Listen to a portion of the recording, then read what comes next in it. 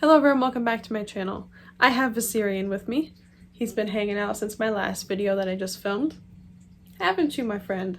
So you'll probably see him throughout, and he will probably be a little bit of a distraction because he likes to climb on my back and he likes to try to jump off the chair. And yeah, look, he's going down. And now he's not. Okay, so today's video is all about leopard gecko behaviors. It's actually the second video about leopard gecko behaviors that I'm making. So the first one was obviously part 1, this one is part 2. Some of these behaviors you may have never seen in your leopard gecko, some of them you might see all the time. Just keep in mind that every leopard gecko is going to be different, and that even though I'm covering these behaviors, there might be another reason that I don't mention why the behavior is occurring, and it's always a good idea to get a second source of information and a second input, like from your exotic vet or someone who keeps reptiles. Yeah, well, you wouldn't have to flail around if you didn't crawl down my back like that. I can't rotate my arm like that. Reptiles, I tell you what, but he's so handsome, I just can't even. Look at the camera. Look. Rude. He won't look at you guys because he thinks you're peasants and he's superior, so he's not wrong. Like, I'm inferior to him. Okay, so we're going to start with scratching at the door. So leopard geckos will scratch at the door of their enclosure if it's front opening, or they may scratch the glass. This is also called glass surfing, but a lot of times with glass surfing, it's like a full physical manifestation, whereas with glass scratching, it's just like their hands. So glass scratching can indicate boredom. It can indicate that they want to come out of the enclosure. It could indicate that they're just trying to dig and there's no substrate or inadequate substrate, or they're just not happy with where the substrate is located. And sometimes you'll even have geckos scratch the enclosure just because they are ovulating. Something that I've seen all my ovulating geckos do is scratch at the doors or like the front of the enclosure. I think they're trying to get out to find a man, personally, but it ain't gonna happen because we are not a breeder here. So I genuinely think that that's what it is. But ovulation season occurs in like February to June for female geckos, so that's just something to keep in mind if you see that behavior suddenly starting around that time. If your gecko is just like constantly glass scratching or scratching at the door or whatever, it could just be that they are bored and want more out time, or it could be that they feel unsafe in the enclosure. So just try allowing them to have more time outside of the enclosure if you think that the enclosure is in fact adequate and meets all their husbandry needs. And if you are curious if it doesn't meet their husbandry needs, you can try offering more enrichment in the enclosure that may make them feel more safe and give them more to explore on. If you have an enclosure that is all glass as well, try blacking out some of the sides, so you can either paint the outside with acrylic paint, obviously not while the animal's in it. You could just like lay a towel over the sides so that there's no stimulation from the glass, because glass enclosures can let a lot of light in, they can let a lot of stimulation in, and it can be distracting and make a gecko feel unsafe. You could also buy an enclosure that has front opening doors, or you can make one, and so the sides will be all one material, but the only clear or see-through portion will be the door. If you see your leopard gecko circling, that is typically indicative of a neurological condition, and that's the case for a lot of reptiles or a lot of animals in general. Walking in a circular pattern or being frantic in a circular pattern, typically a neurological condition. Now, it could also be indicative of brain injury, which again is a neurological problem, but there's a difference between like enigma syndrome and then a sudden brain trauma. So if they have a stroke, or if they have like a physical head injury, like if they were to have dropped out of your hand and smack their head on something and have a brain bleed. If your gecko has always circled, it's probably like a long-term neurological condition. If they just suddenly start doing it, it could be from a head injury, and it could also be from a metabolic bone disease. I've seen people describe circling when their gecko actually has metabolic bone disease and just really struggles to get around. Leopard geckos also go on hunger. Oh, hi, Mira. They also... Are you staring at your sister? Is that what's happening? I was wondering why he hasn't moved. I guess he's just staring at his sister. So, oh, Jackson heard me being sweet talky to another one of my pets. Hello, Jackson. It's okay. So leopard geckos are known for going on hunger strikes. It can happen anytime throughout the year, but in particular, you'll notice it more during winter or spring and early summer. Winter because of brumation, and spring and early summer because of ovulation. Hunger strikes can occur because of ovulation or brumation, like I said. They can also occur because the gecko has parasites. They can also occur because the gecko has a waxworm addiction. They can occur because the gecko is unhealthy or is in a new environment. They can occur because the gecko doesn't like its enclosure or feels unsafe in its enclosure. They can occur because they're bored of the food they're eating and they want to try something new. It can happen for all kinds of reasons. Again, that will need its own video, but those are an example of some of the reasons. Another behavior that leopard geckos may exhibit is biting. Now, this may be biting you or biting another gecko. I don't recommend cohabiting geckos. Personally, it's not something I think is beneficial to the geckos, and I don't think it's safe long term, so I wouldn't do it. But if you do and you have a gecko that bites the other gecko, it's probably not going to stop and you should probably separate them. Now, leopard geckos don't usually bite people.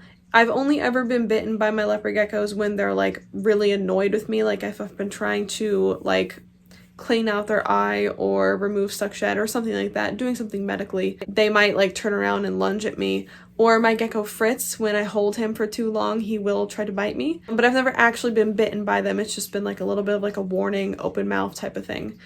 And then I have been bitten accidentally, like when a gecko was hunting and they got my fingers instead of the tongs. So that can happen. But it's not really common for leopard geckos to bite like maliciously or in self-defense. If you have a leopard gecko that is bitey, that would surprise me because I really haven't come across any. But what you can do is just try to change the way that you're interacting with them so that you don't really get bitten as much. And if they are biting you because like they think that you might be food, like if they just have a really high hunting drive or hunting instinct, come here, then what you can do is make sure that you feed them before you interact with them. That way that is satiated before you even put your fingers close to them. Also make sure that you have a front opening enclosure because a lot of them will be afraid of your hand coming in from up top because they are prey animals and birds prey on them, so it's really dangerous for you to just drop your hand in above them because it makes them feel like their life is being threatened. And so if you want to have better interactions with your leopard gecko, I recommend a front opening enclosure. So another behavior that I have seen exhibited on rare occasions is self-mutilation. I have seen this in the form of tail biting, which is like where the gecko will like latch onto its own tail and rip the flesh off. I've also seen it happen on the legs before, but like with the tail, because they drop their tail, usually it's like a much more dramatic thing with their legs. They usually just like leave little bumps on the skin from where their teeth had bitten. But the tail is like big and fleshy, so like a piece may come off, and so it's like definitely more noticeable with the tail. Now, self-mutilation can occur by accident or can occur on purpose. So if it's by accident, this is something you'll see more often. It's where a gecko has really bad aim. It can usually be from like a neurological problem or from blindness. So when they go to eat or when they go to shed, they accidentally bite themselves. My enigmas do this from time to time. But there's also self-mutilation that is not like in the act of shedding or hunting. I have seen a gecko have to be put to sleep for this reason. It was basically boiled down to a neurological problem where the gecko just like constantly lashed out at its own tail. I've never seen anything like it since, but I figured I should probably cover it in this video since I'm covering all kinds of stuff. So another behavior that leopard geckos exhibit is shedding. All leopard geckos will shed. Juveniles, adults, males, females, they will all shed. It's a very important part of reptile health is to have a nice proper shed. And a lot of times people will think their gecko isn't shedding because they haven't seen it. Leopard geckos will shed usually at night and they will eat the shed. So you're not going to see them doing it and you're not going to find pieces of it. But I assure you, they're probably shedding. Now, if you notice that there are patches of shed left behind, or if they have stuck shed on their toes or tail tips or their faces or their eyes, or if you are noticing that they're not consuming their shed, there's probably a husbandry issue or an underlying problem with your gecko because they should have full healthy sheds each time. Now, if you just have like once in a while your gecko misses a piece or they, don't eat all the shed, that's okay. If it's something that occurs regularly, you definitely want to address any husbandry that might be wrong and probably seek a vet because A gecko that doesn't consume its shed on the regular, there's probably something wrong with it. Now, geckos shed like every couple of weeks or like maybe once a month. It just depends on like the time of year and how much they're eating. It also depends on how old they are. Juveniles, because they are eating more and growing more, they will shed more than adults who are full grown and will not shed as much because they don't have any more growing to do. If you have a rescue and you're like starting to feed it a lot more, it will shed more often than it's used to because its body is growing. Now, if your gecko does have stuck shed, the way you can remove stuck shed is by moistening the area. You can either do this by allowing your gecko to soak in shallow, lukewarm water, or you can just put water on a Q-tip or a cotton ball and rub the area until the shed is moistened. And then you're going to want to roll with like your fingertips the shed down the length of the body where it would go. So like the tail would shed this way, the toe tips would shed this way, right? So just follow the shed in that direction and it comes off really easily. Now, if there's multiple layers of stuck shed because you had the gecko in poor care or it's a rescue or something like that, that can be a bit more tricky because you'll have to soak multiple times. Make sure you get that shed off because stuck shed can cause the area where the shed is underneath to die and it'll literally just become black and fall off. And this can cause infection that can spread to the whole body. It's obviously not pleasant for the geckos. Okay, so this next behavior is arching their back. Maybe I can get him to do it. Come on, do it, do it. Oh, no, he's not gonna do it. He's already been out for too long. He's not gonna do it. Come on. Oh. Come on, let's do it. Let's do it. Come on. He's not gonna do it. He is going to hang like Batman though. There we are. So basically leopard geckos, when you first like touch their backs, they'll arch it really high, kind of like a cat. And it's just a response to stimuli. A lot of times when you're like first interacting with your gecko, like getting them used to you, the best way to do it, oh, he's doing it a little bit. Now he's not, of course. But one of the best ways to do it is not by like just physically grabbing them, but by touching them and like getting them used to what you feel like, and also just to small touches. So a lot of times you can do that on their back. And what they will do in response a lot of times is arch their back really high. Now, if their back is always arched and it's not from you touching it, it's possible they have a birth defect in their spine or they have metabolic bone disease. So if their back is always lumped or arched, it's not good. So if you have two Leos cohabbed and you notice one is laying on top of the other one, that behavior is dominant. So the one gecko is dominating the other one. This is not a good behavior. They are not cuddling. They're not being friendly with one another.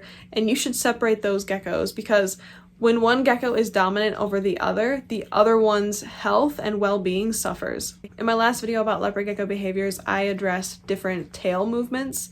And one that my leopard geckos don't do, but my African fat-tail geckos do a bit more often, is the tail wiggle, where like they have that tiny little tail tip right here, this little one right here, and they just wiggle it really fast, and then usually it's like in the process of hunting, and then they'll launch onto the food. My leopard geckos don't do this, but other leopard geckos do this, so obviously I want to cover it. I only addressed the other tail movements in the last video, and so I was like, come on girl, get with the program, you have to cover this. Even if your leopard geckos don't do it. It's basically just like a little excited tail wiggle, honestly. It's typically something that happens when they're hunting, and it's very cute. Another thing leopard geckos will do is that they'll lick along the outside of their mouth and their face. I addressed eyeball licking in my previous video, and sometimes this like licking of the face and the mouth is a precursor to reaching their eyeball, because they'll like start here and they'll just be like licking further and further up to their eyeball. A lot of times they'll lick their face to get to their eyeball, or it could just be because they're just finished eating, and so that the mouth movements helps them swallow the food and process it. And also they could just be doing that because they feel like there's something on their face. Like if you were to get a water droplet on your leopard gecko's face, they'll probably lick it off. Regurgitation. So leopard geckos do not normally regurgitate. If yours is regurgitating, that is something that is cause for concern.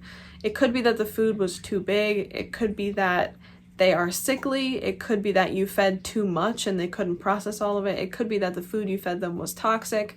There could be a number of reasons why your leopard gecko would regurgitate. You're going to want to address the issue, because if it's something that happens multiple times, that's really not good for your leopard gecko. They need the nutrients from their food, so if they're just regurgitating and not actually keeping any of it in their system, it's really bad for them. They're just not eating. They're not getting any nutrients whatsoever. So I recommend seeking the help of your exotic vet. You having a good time, Viserion? He's just chilling. Another behavior could be egg laying, and I'm going to make a whole video about that, but I just didn't want you to think I wasn't going to talk about it ever. I do have a whole video scripted about ovulation and egg laying in leopard geckos, and so all that will be addressed in that video.